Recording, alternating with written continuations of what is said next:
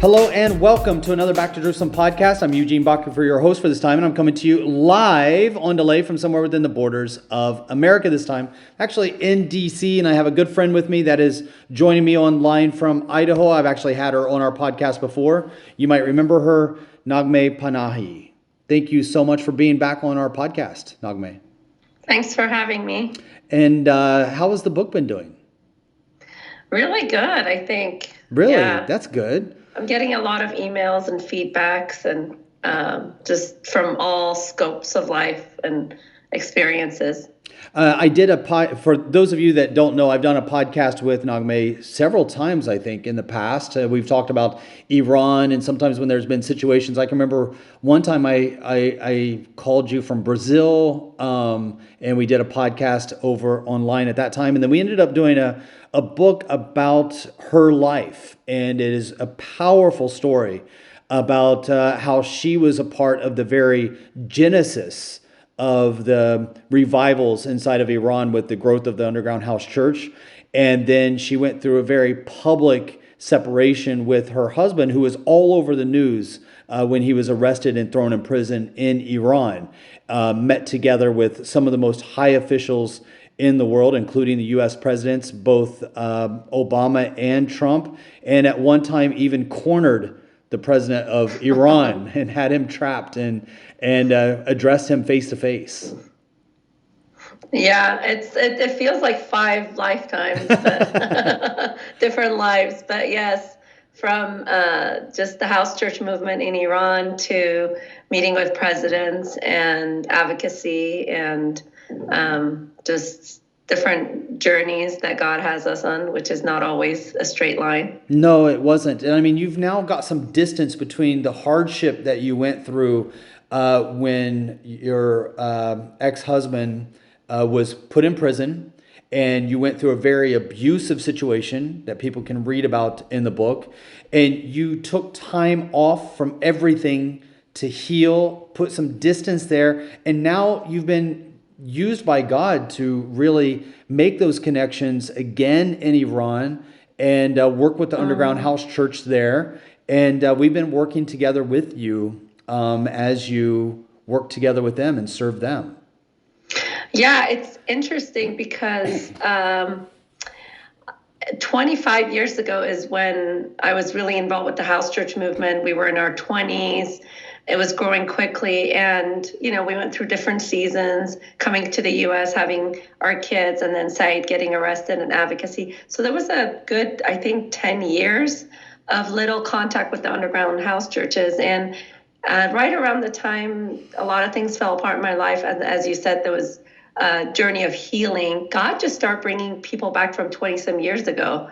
And, they people that I had discipled, people that I had worked closely with, and they all start coming back and saying, we trust you. We've had such an intimate, we were, a lot of us were arrested together. We were part of the beginning of the revival, seeing all of that together. And it's been amazing seeing how God has slowly brought everyone back. And now we're working together again for the mission in Middle East, which now includes, a lot of the people I'm working with are also now doing work in Afghanistan and Iraq. And I mean, there's a lot of people that may not know your story intimately. They can easily get it if they buy your book and read through the entire story. It's a powerful story, and you can correct me if I'm wrong, but I've known you for a while.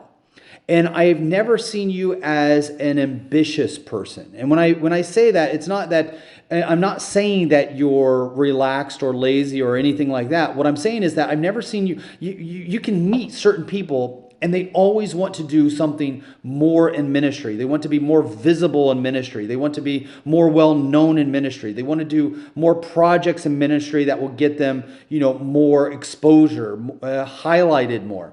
You've never struck me as that kind of person. The reason I say that is I used it as a preface for you were not the kind of person that says, okay, I'm ready for ministry now. I'm going to go out and start doing what I was doing before. But it felt very much like you were needed. And so individuals from Iran if I understand correctly, were calling you, reaching out to you, pulling you back in, sometimes even reluctantly, where you didn't want to be so much involved or in leadership. And the reason I say that is because there's a lot of people that might be like, well, what are you doing, going back into this work when you had gone through this whole thing with your ex-husband? Don't you feel like maybe that's not your role anymore? I would, Exactly. I I just would wanted say the to, same. yeah, go ahead. I would say the exact same thing people are saying. Yeah. I didn't want to do it. I didn't want to do advocacy. I didn't want to do house church. It really had a lot of PTSD for me because the house church movement, I don't know if something you start with someone, like the memories of it, so the house church movement really started with Saeed. And it really, a lot of our first dates and first get togethers, all of that. So touching that again, or also advocacy, reaching, close to 1 billion people advocating to get Saeed out of prison and meeting with presidents. And it became a sensitive subject because Saeed was so much part of it. And it brought me back to the heartbreak of how everything unfolded, which was my husband divorcing me, but there was just so much more going through that. So what pulled me back in was our mutual friends that you actually know. They're the ones that pretty much grabbed me. They live in Canada now, so I can talk more freely.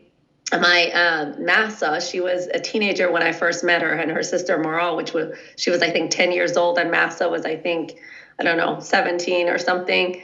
And I'd known them, and now they're, approaching 40 and late 30s or 30. And so Massa had become a single mom. And at that time, I had stopped advocacy. I had nothing to do with the house church movement. And she contacted me and she said, I'm a single mom. I really need your help. And there's a lot of women coming out of prostitution that are single moms too. And for my heart was like, okay, you know what? It's this one single mom. So I started helping her personally. And then soon after, and we started a small Bible study, maybe with 5 people. Her mom, who's an amazing cook, Shireen, and we started Bible study with her mom, and Marl, and so that's like 20 years later. And then Marl got arrested, and she was put in solitary confinement. She was being tortured. And I knew her since she was 10. So it wasn't just a random Christian getting arrested. It was someone I knew since she was got saved at age 10. And this passionate girl for Christ who is, so she was like my daughter. And so I reluctantly got involved and I didn't want to be on the spotlight. So I called our mutual friend, Miriam Ibrahim, who you've also written her story. And I said, Miriam, I don't want to get involved with advocacy again.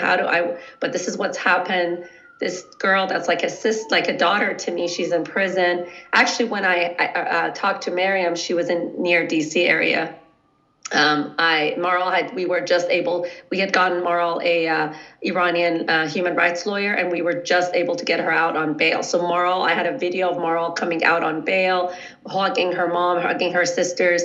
And I sent it to Miriam, and Miriam started crying. She said, we got to get her help. And so that really started the advocacy. Miriam stepping in. We went to DC. We met with Andrew Brunson, which I saw that he's going to be one of your speakers. Oh, yes. At the conference, at the persecution conference in October. And so we met with Andrew Brunson.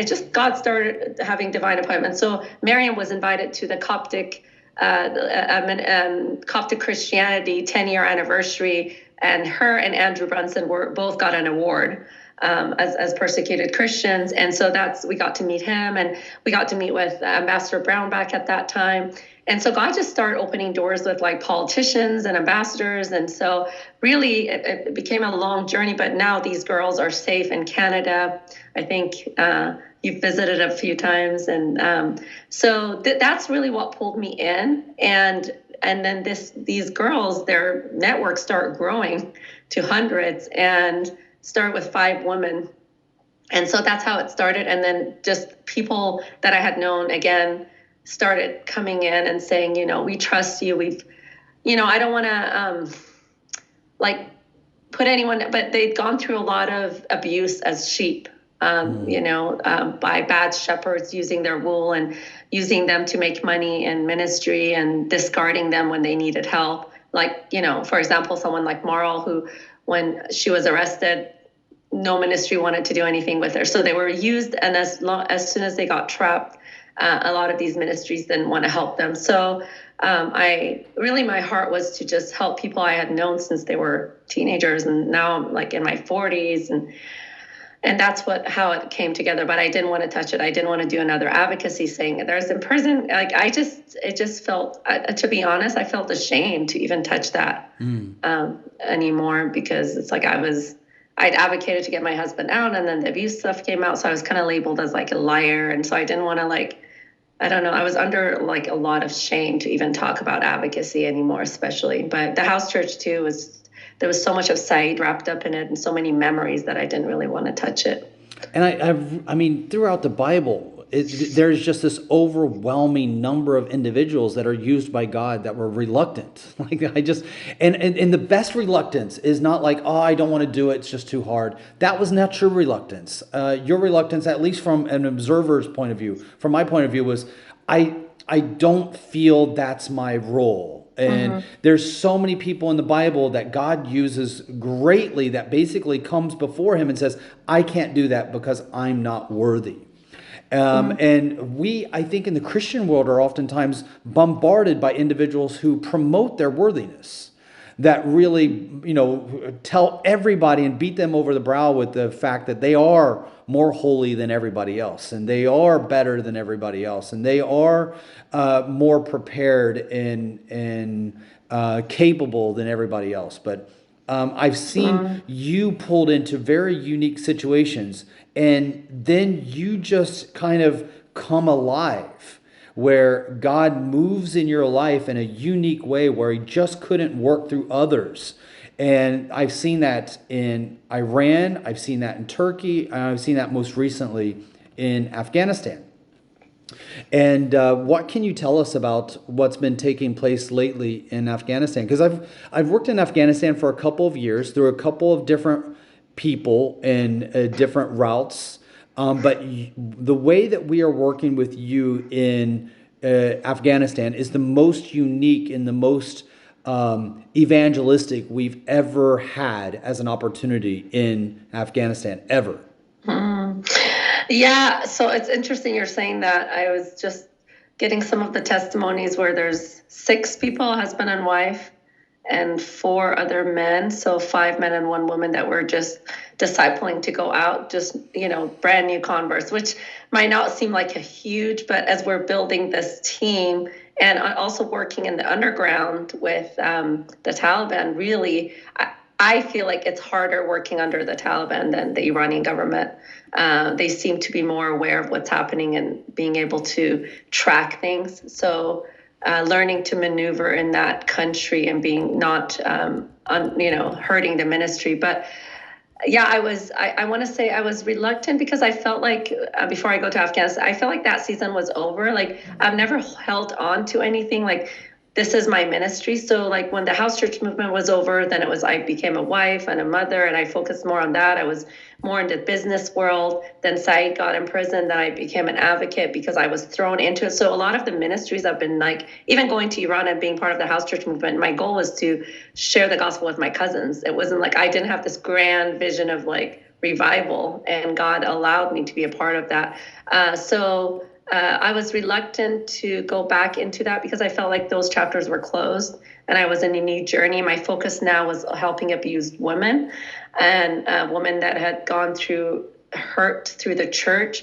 And so it's funny how God reeled me in through that, because it was a single mom in Iran, that Massa, that really got me involved. So the reluctancy came from, I felt like those seasons were over. But Afghanistan, all of them really, I recently reached out to you asking about some things that had come up in Pakistan. I'm reluctant to step into countries or ministries that I don't know the person for a long time. So it's interesting, even Afghanistan, God used a 20-year relationship to bring this about. And it just kind of flourished as everything else was coming together. And so we are doing a lot of work together there, from I don't want to go into too much detail, but it is a lot of evangelism that we're just really surprised of how just God is moving. A lot of, as a lot of people might know, since the Taliban took over, women have lost a lot of. We've noticed with the religion of Islam, especially when they take over certain countries, the people that are hurt the most are women and vulnerable women. So they're not allowed to be educated. I think the girls are allowed to only be educated till sixth grade or something. But even then, it's hard to get that kind of education for girls. They're not allowed to go to college. Obviously, they're not allowed to leave the house without a male headship, a male. So if you're a widow, what do? You don't have a son, and you have daughters, which a lot of these women do, and so they're stuck in their house and they're starving. But we're seeing how God is using a lot of these widows and their children that are now being raised up in the Lord to reach other Afghanis for the gospel. So it's really exciting, and getting them Bibles and training them and so on. Now, I mean, what you've just described is, I think, something that is really important that I want to capitalize on in case our audience missed it, which is these are Iranians that are being sent as missionaries doing mission work in Afghanistan. I mean, not a lot of nationalities are accepted in Afghanistan. Not a lot of nationalities can understand the language right off the bat, Yes. in Afghanistan as an Iranian. I mean, there's a lot of shared language, a lot of shared culture, a lot of shared history, and a lot of shared government persecution. So, I Yes. mean, the people coming from Iran going in Afghanistan, they understand the challenges in a Yes. unique way because they're going through them themselves. They understand Islam. They understand Islam from an Asian perspective. But a lot of people think of Iran as being Arabic, and it's not. Iran is actually Asian, as is Afghanistan. So both Afghanistan and Iran are Asian nations. And so you have a unique identification with Islam that you don't get in the Middle East and other Yeah. countries. Yeah, you have to. I think the dynamic. There's certain people group that Iranians accept Yep. and the same with Afghanis. And so it's really important who is able to go into these countries, and are they accepted as someone to, share with them, and as a place of respect. And that relationship exists between Persians. I mean, Afghanis are also Persians. So that relationship exists between these two countries. But over the years, we've actually been able to, a lot of the work is actually being done by the Afghanis, which some of them, again, we had met years ago in Iran, because Afghanis, a lot of Afghanis have become refugees in Iran.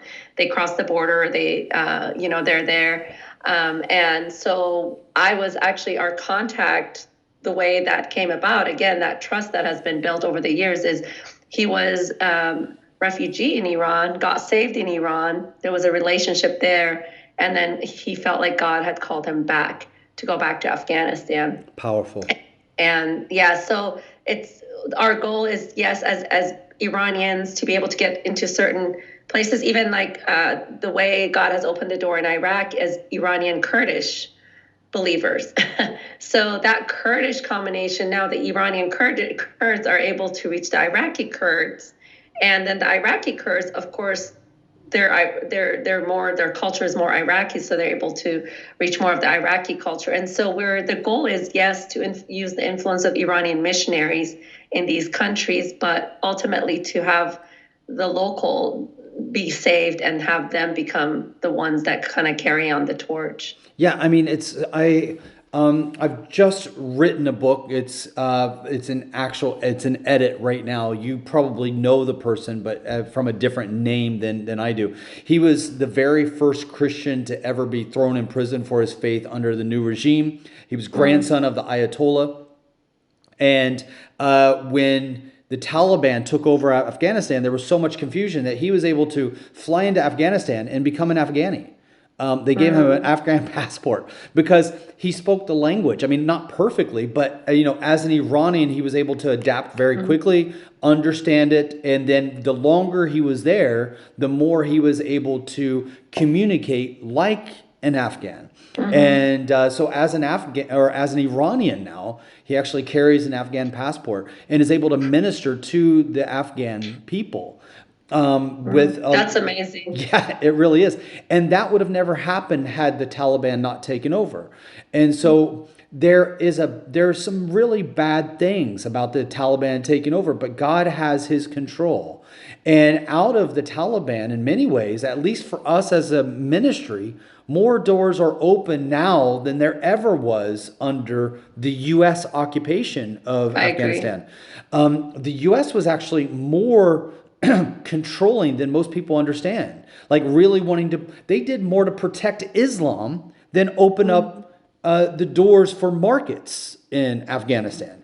And it was a real shame.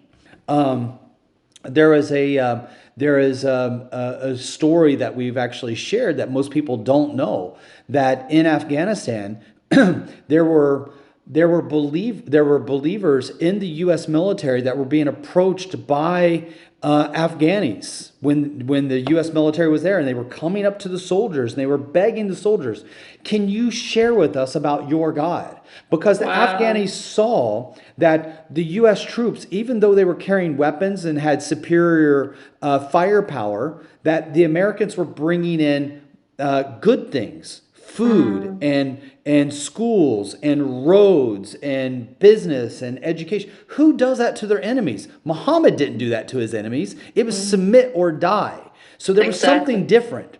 So the Afghans began to approach U.S. troops. Well, U.S. troops really didn't know what to do because they were there for soldiering, not ministering.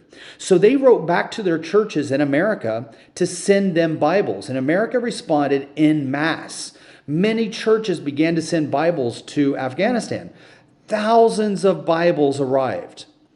When the commander of the U.S. troops learned about this new movement, he ordered all of these Bibles to be collected, tens of thousands of them, and pulled onto Bagram Base, and they were all burned. Wow. They were all burned.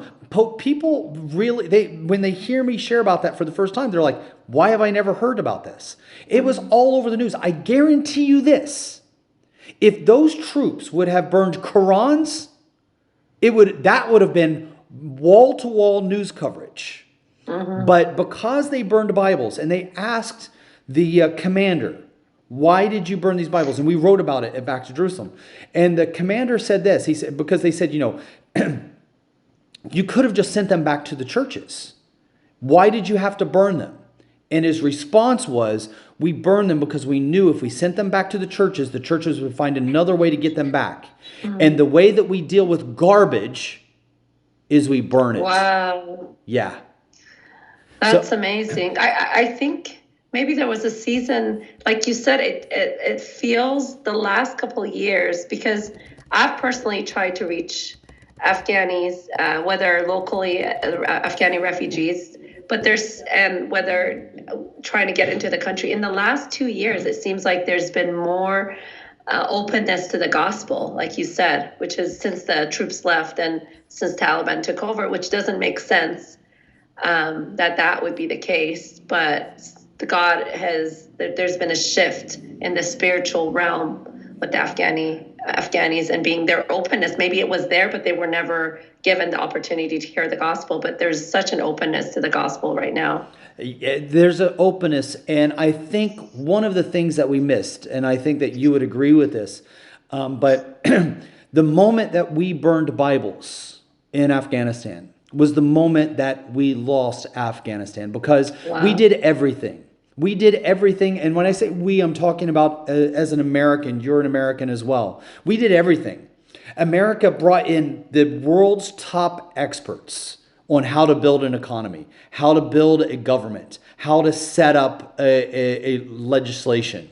We brought in voting. We brought in education. We educated women. We brought in freedoms. We brought in all of the ingredients that you need for a democracy. We poured it in and we stirred it around to make a democracy soup, if you will. And it didn't work. Why? Because the main ingredient of what makes free societies free is not any of the other things. We had a military to provide security. We had a military that conquered the nation of Afghanistan, overthrew their government, kicked them out, had total and absolute control. And it failed. Why? Because the transformation is not external, it's internal. And without the gospel, you can't have freedom. The Bible very clearly says, where the Spirit of the Lord is, there is liberty, which also means where the Spirit of the Lord isn't. Or in many places in this country, they may say ain't. Where the Spirit of the Lord ain't, there ain't no democracy. There ain't no freedom. And so for those of you that were listening and being like, oh, I've never heard this before, you can look it up. It's actually on Wikipedia. It's called the Bagram Bible Program. And they write it as a scandal. And it says the scandal occurred at Bagram Air Base in Afghanistan in 2009. That Christians were sending Bibles to troops. And it wasn't, they weren't sending Bibles to the troops because the troops wanted to proselytize. That was completely wrong. The troops were just responding to the hunger of the people. And America kept the gospel out. And the only reason I want to bring this up is because now it seems like under the Taliban, there's more opportunity for the gospel to actually get in than there was under the U.S. government, which is a very sad statement on the state of affairs for today's Afghanistan. I want to add that it's interesting you say that. It sounds so simple to say the solution is Jesus when people have tried so hard with like you said, the military and the political structure. They've tried so much to create this democracy because that's how I felt when I went to Iran after September 11. People were going to send troops to the Middle East. Iran has always been a problem, always been the one involved with terrorism and all that.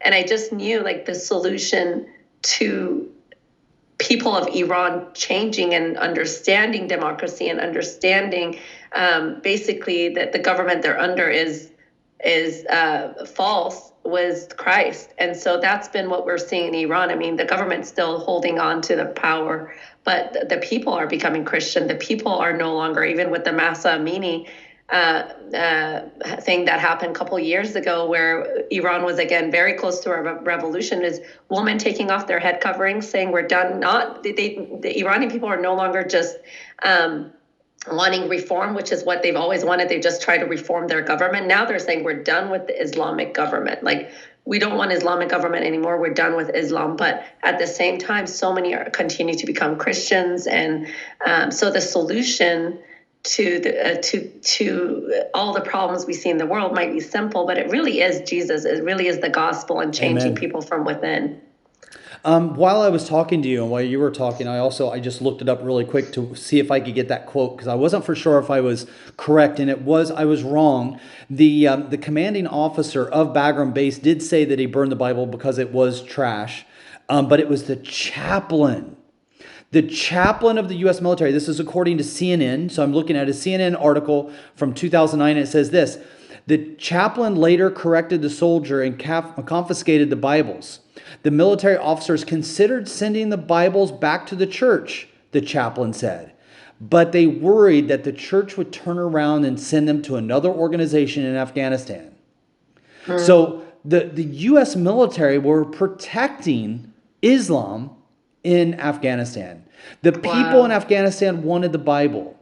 And I don't know if you've heard this or not. I looked it up, and as far as it can be proven, it's been proven that right now there are 75,000 mosques in Iran, roughly, give or take. About 75,000, and about 50,000 of them have been shut down because nobody's going, nobody's attending.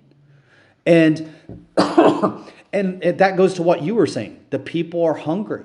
And we have to remember that the government of Iran is not a representation of the Iranian people. They are the rulers, and they rule with a very strong iron fist.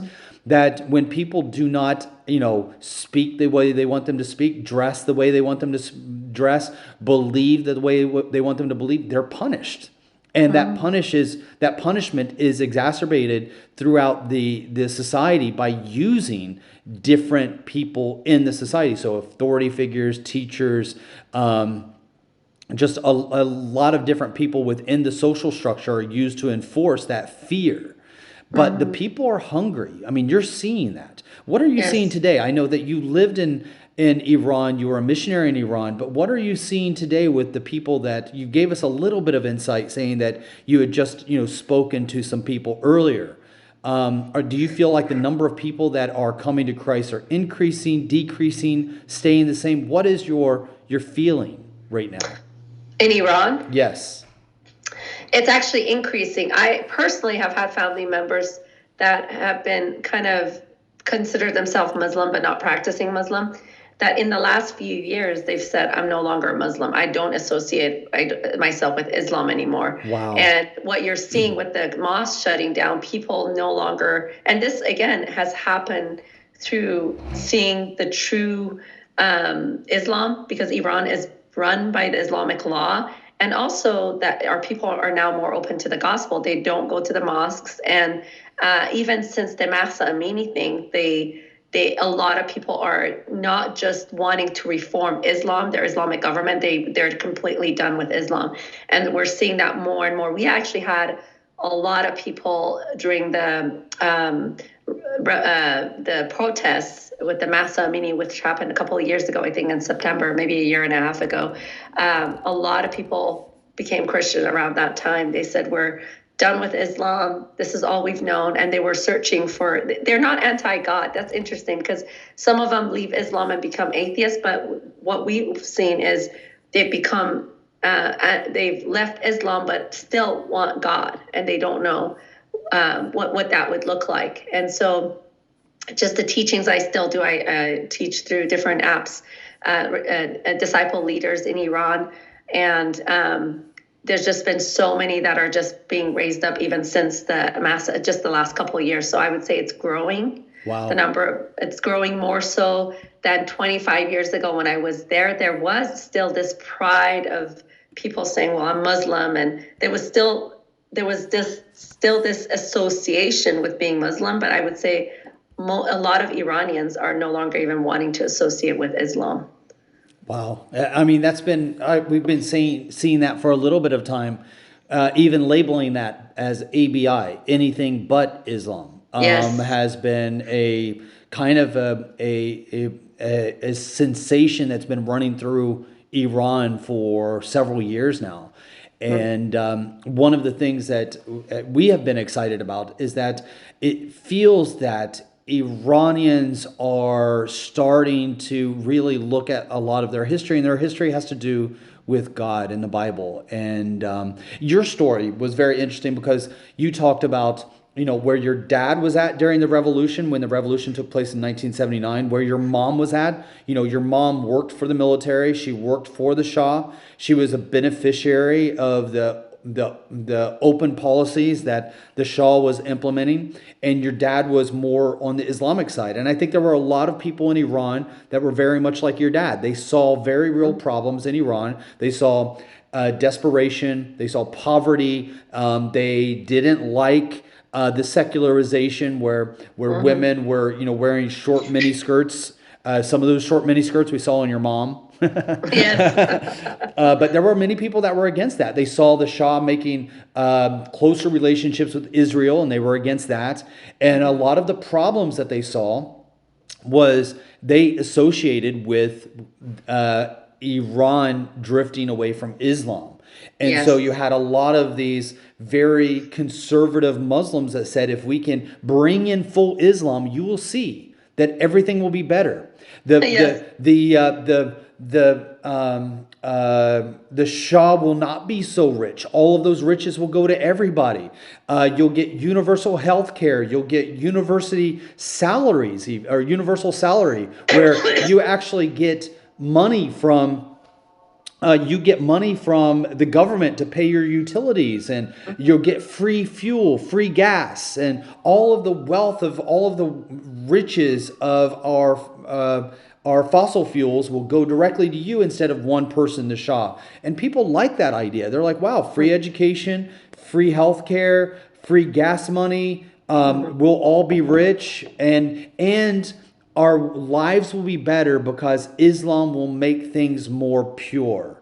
And Yes. one of the benefits, if there's any benefits, at least in my opinion, you can say what you feel, but one of the benefits that I've witnessed of the Ayatollah being in charge is that people learned the real truth of Islam. Yes. They're no longer under the impression of, well, we just need to become more Islamic and then we'll find the good parts of life. They find that the more Islamic they go, the more misery they Yes. inherit Yes. from Islam.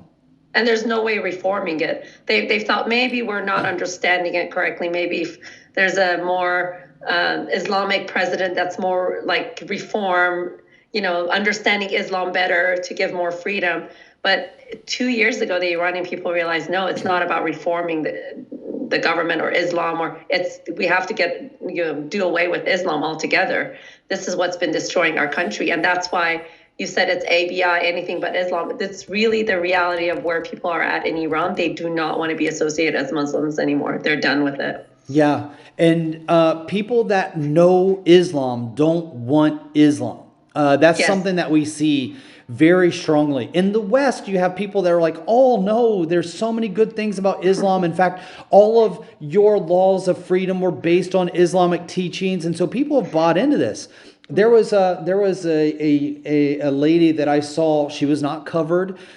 She was debating with people about the strengths of Islam, the influence of Islam, the goodness of Islam, and she was arguing for Islam. And there was a guy that just questioned her about the five pillars. And he was just saying, well, what about this in the five pillars? And it turned out that she didn't know the five pillars. So she didn't know the essential. Yeah, that is the basic. That's basic Islam. I mean, I'm not asking you to quote the Quran. I'm not asking you to remember a passage or a surah. The five basic pillars, and she didn't know them.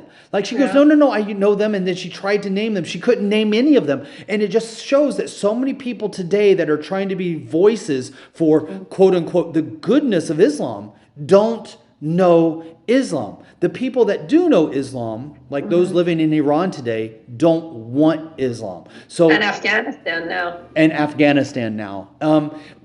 Do you see a growing number of believers in Afghanistan, like you're seeing in Iran, or are you able to tell?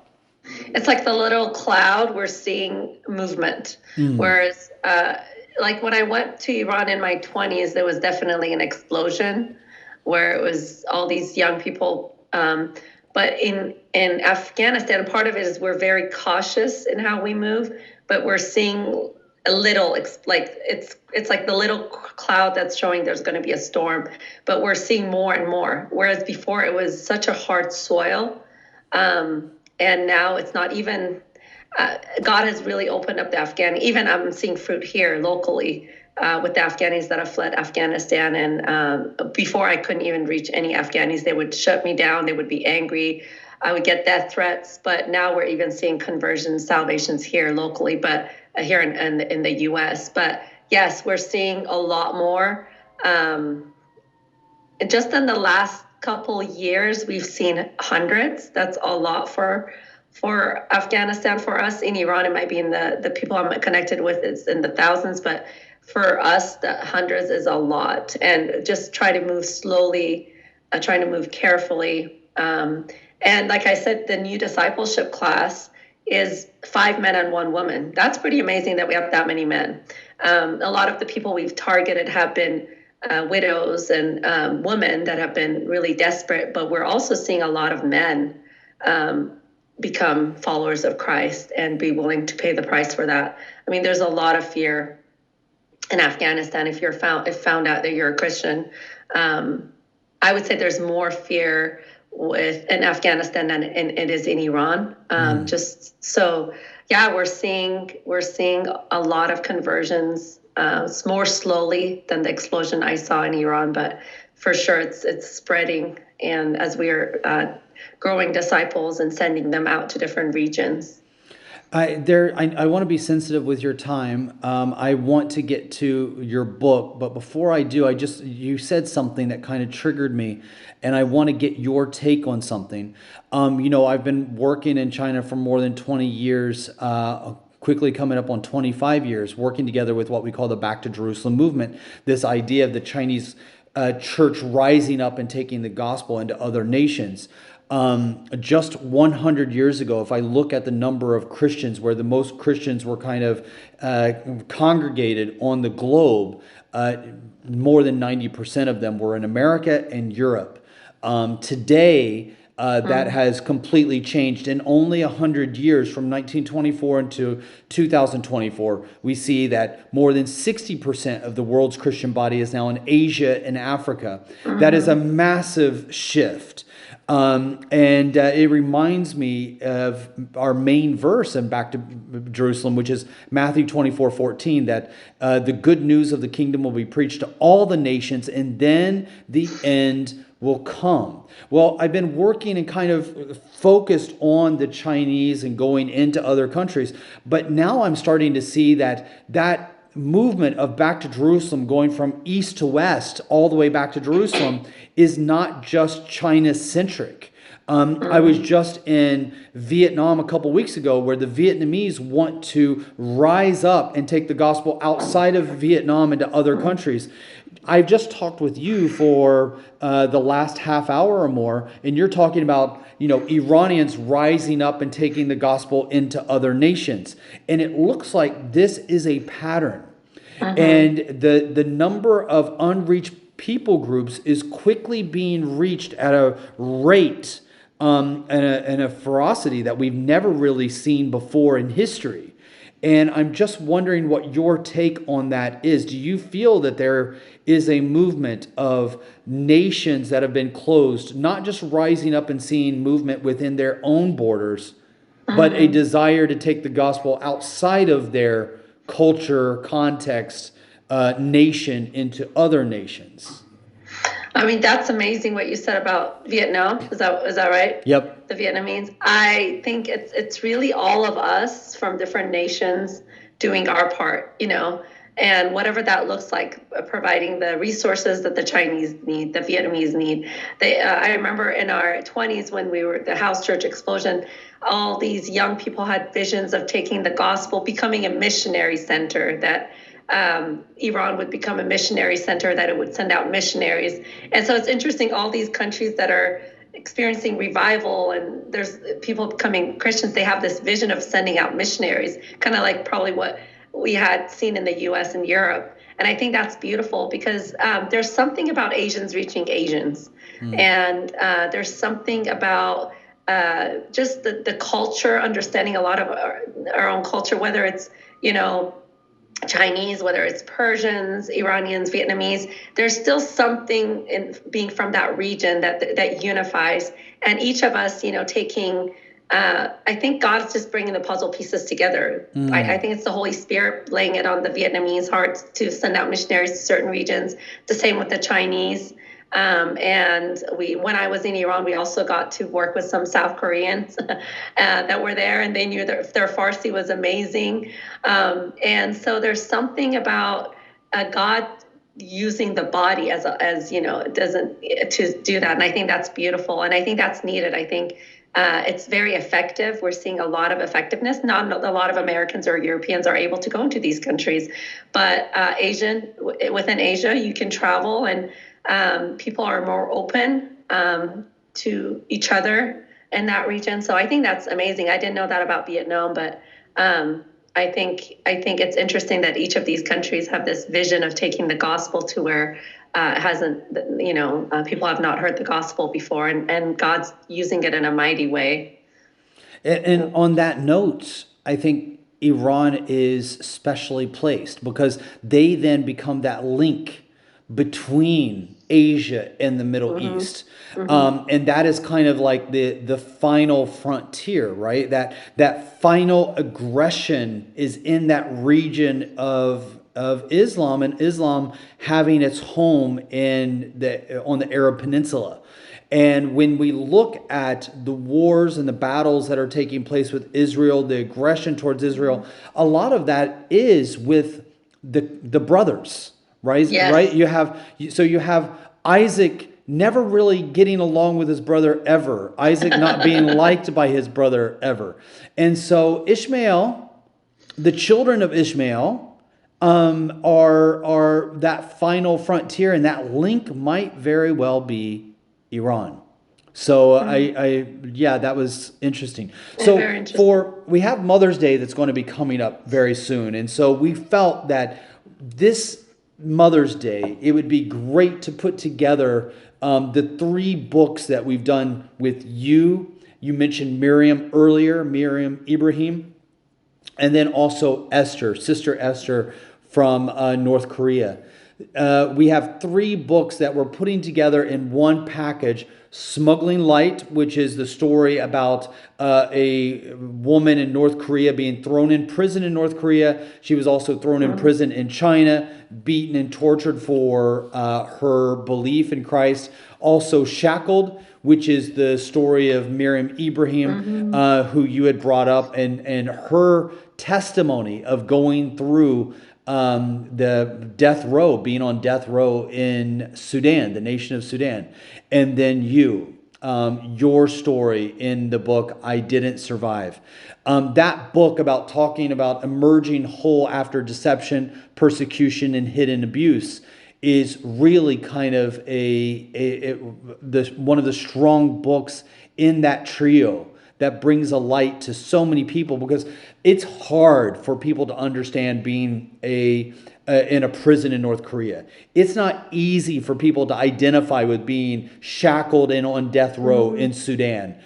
I do think that there is a link with you that people can understand a little bit more domestic violence, hidden abuse that stays a little closer to home. And that's why I feel that that's such a great book to have for Mother's Day, and even women's Bible studies for this time of the year. Yeah, I want to say something that's interesting is when we read about the persecuted church, and these stories, and I met Esther on the last conference we had together, Sister Esther from North Korea, or who was a missionary in North Korea. I think a lot of times is like, wow, those are heroes of faith. But I think in my book, I talk about it. I think there is a message that we can take away for the American church, for the church in the West, from the persecuted church, that we often forget to do that. It's just, we kind of see it out there, but it really, God has a message from those churches that we can take here and hopefully see revival here and learn from the persecuted church there. I think a lot of times from the West, we've taken things and try to teach, take it to Asia or Middle East. And I think now it's the time where we sit under the feet of the persecuted church and learn from them. I think there's a lot to learn. And I think there's a lot of benefit to the church here to really listen to what's happening in the persecuted church. But for Sister Esther and Miriam, I want to say, like, for me as a woman reading women's missionary stories like Amy Carmichael, Corrie ten Boom, it really gave me this vision that, I'd also read like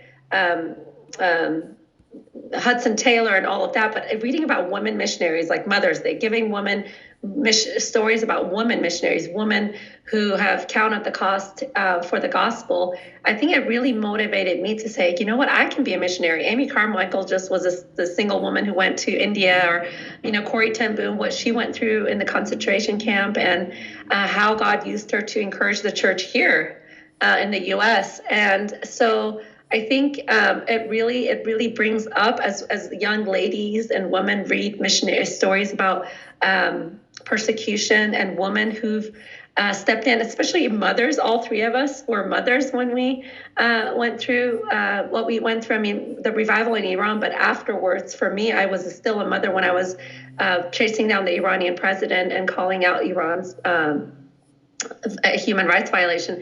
I think a lot of mothers and a lot of young ladies hopefully can see something and say, you know what, God can use me. I can, as an ordinary person that might not see themselves. I felt like I was ordinary, just take steps for the gospel and see nations change as a result. And one of my favorite verses, I think it's Acts 4. I think it's somewhere in Acts, but it says, these religious leaders were like bewildered by these disciples because they were uneducated and ordinary people, and they could tell, but they were courageous, but at the same time they were so ordinary. And they realized that they were with Jesus. They were the ones that were with Jesus. And so ultimately, that's all it really is. It's not all of us are the same. We're not heroes.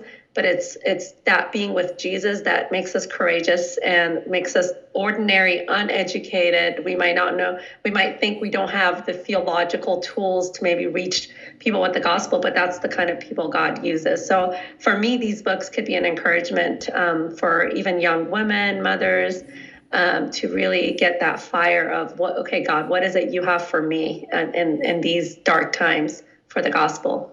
And if you read these books, I think that they're quite honest as well. So they do kind of, I've been reading lately a lot of these older books, like by Amy Carmichael and lesser known missionaries. In fact, I've started a publishing company last year where we've started to publish some of these older stories that come from 150, 200 years ago or even more. We're about ready to do letters from a Portuguese nun that were written in the 1400s, 1500s. So, I mean, they go back, many, many years, centuries.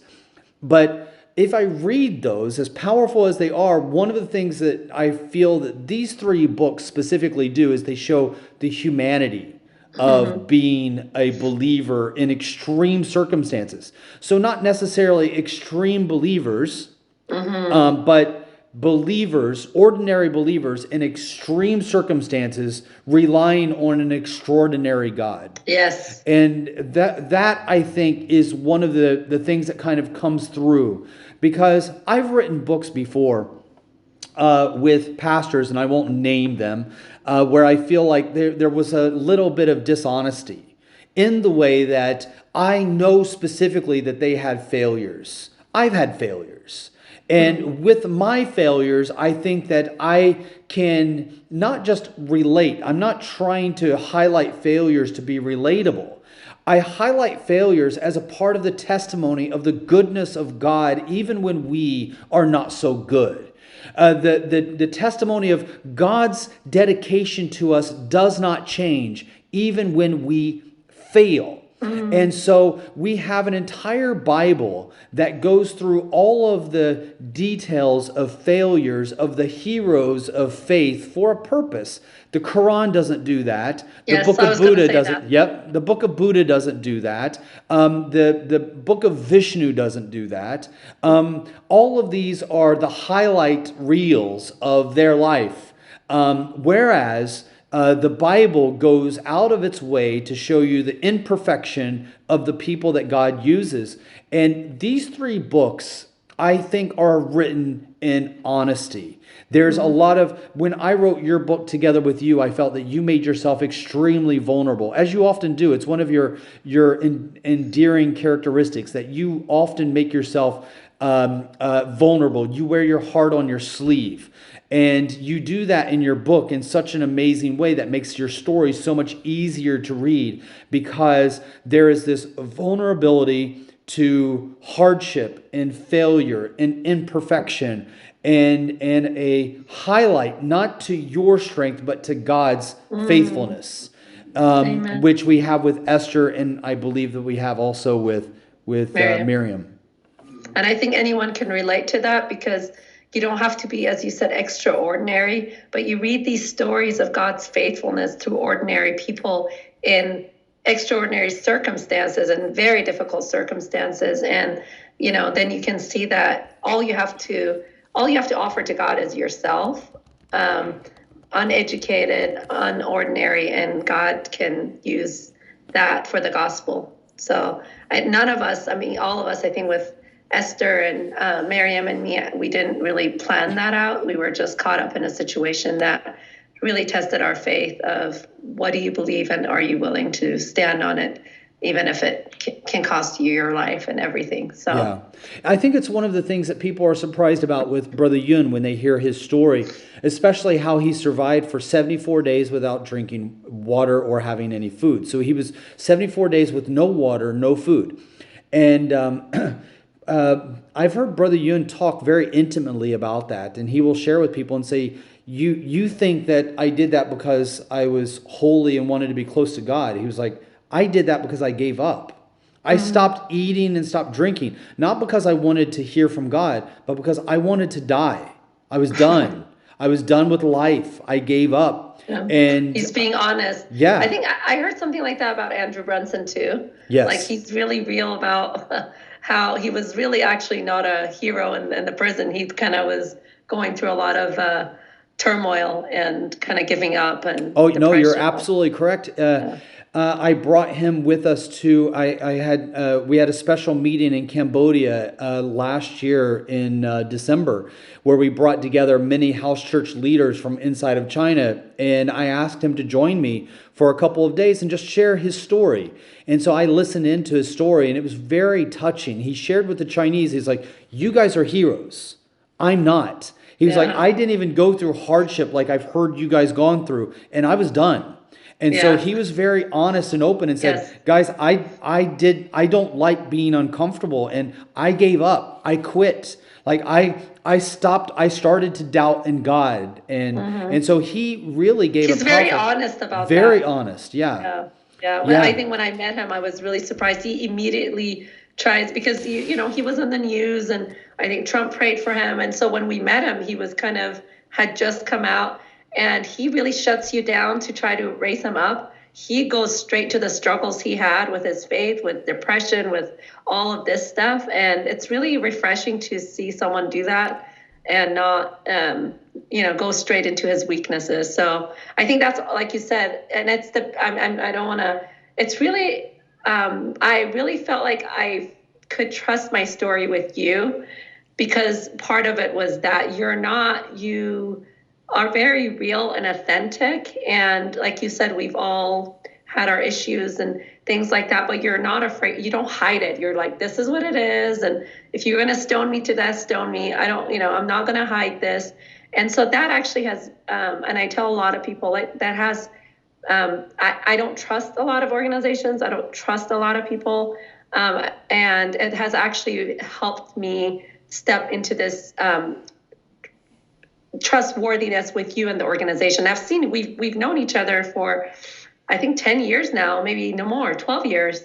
And so it's been a journey, and it's really been amazing in the recent years that God, as you said, has opened these doors up in Iran, now in Afghanistan, to really work together. And but it's this honesty, I think, that's missing a lot of times in the Christian world, just to be honest and say, this is, my journey, Miriam's, Esther's, like, we're just humans, but we're going to point to the one that is what got us through these times. And like you said, if giving these books away for Mother's Day, it would, hopefully it will be an encouragement for those who are interested in missions, but also maybe the everyday journey of Amen. How did these people get through this? And Amen. How can I get through my depression or, my anxiety or my, whatever I'm going, the loss of a loved one, or, it would help you in your own spiritual journey of going through whatever you're going through in the West, or wherever you're at. Yeah, and I don't want to take anything away from Esther's book about North Korea. There's really no books out there about North Korea in the way that one was.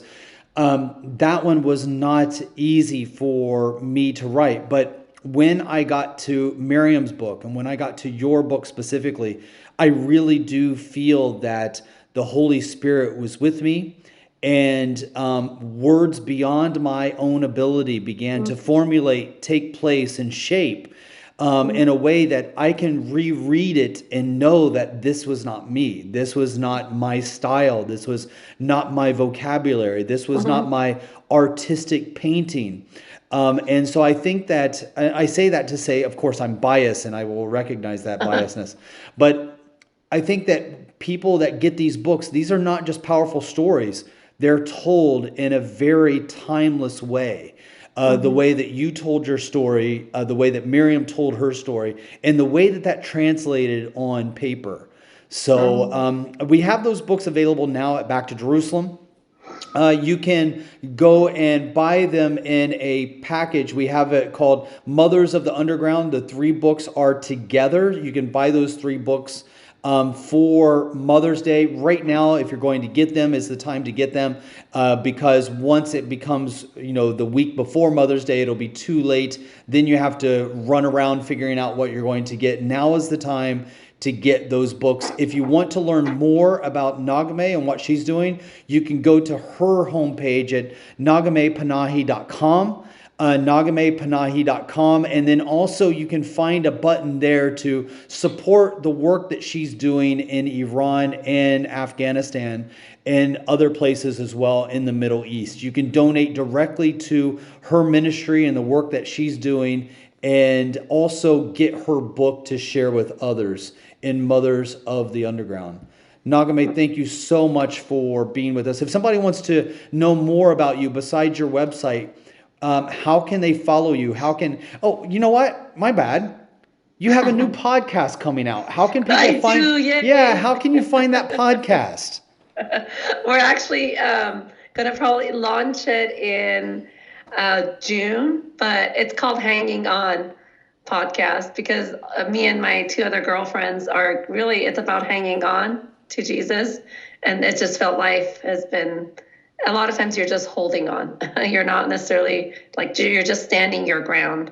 And so, so that podcast will be out soon.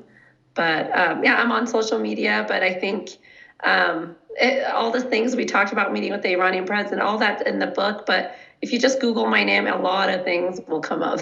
Yeah, so Naghmeh Panahi, a new podcast coming out in June called Hanging On. Look for it. Download it where you get your podcast. Will you have it on your website?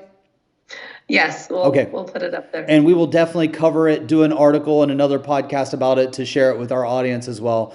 Hanging On Podcast. Naghmehpanahi.com for her work in the Middle East, and then the book that she has right now that you can get in the Mothers of the Underground package, I Didn't Survive, along with Smuggling Light and Shackled. Thank you so much, Naghmeh. Thanks, Eugene. It's a blessing. Thank you guys so much for joining us for another Back to Jerusalem podcast. Again, I'm Eugene Bach, your host for this time, coming to you live on delay from somewhere within the borders of America. God bless.